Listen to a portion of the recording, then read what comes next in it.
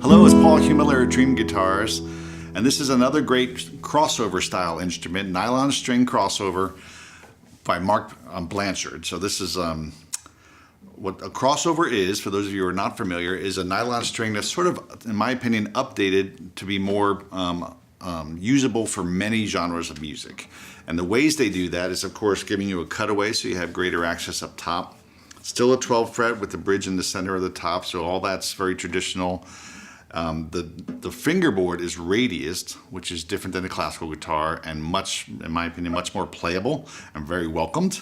And then the nut itself is a little bit narrower as well. Still wide enough to give you plenty of room for clarity for the strings to vibrate, but much easier to play in chord. So these are great instruments for anybody who either plays steel string but also wants to play nylon and not have a huge difference going back and forth between the guitars, or somebody who just wants to play styles of music that the nylon string sound is great for. So Brazilian music, samba, wedding music, classical music. This guitar could be used for any of those things, as well as pop and rock. And there's lots of guys that play sort of Chet Atkins style finger picking too on nylon string guitars. So Richard Smith and guys like that you can check out on YouTube. So let's go over the guitar real quick.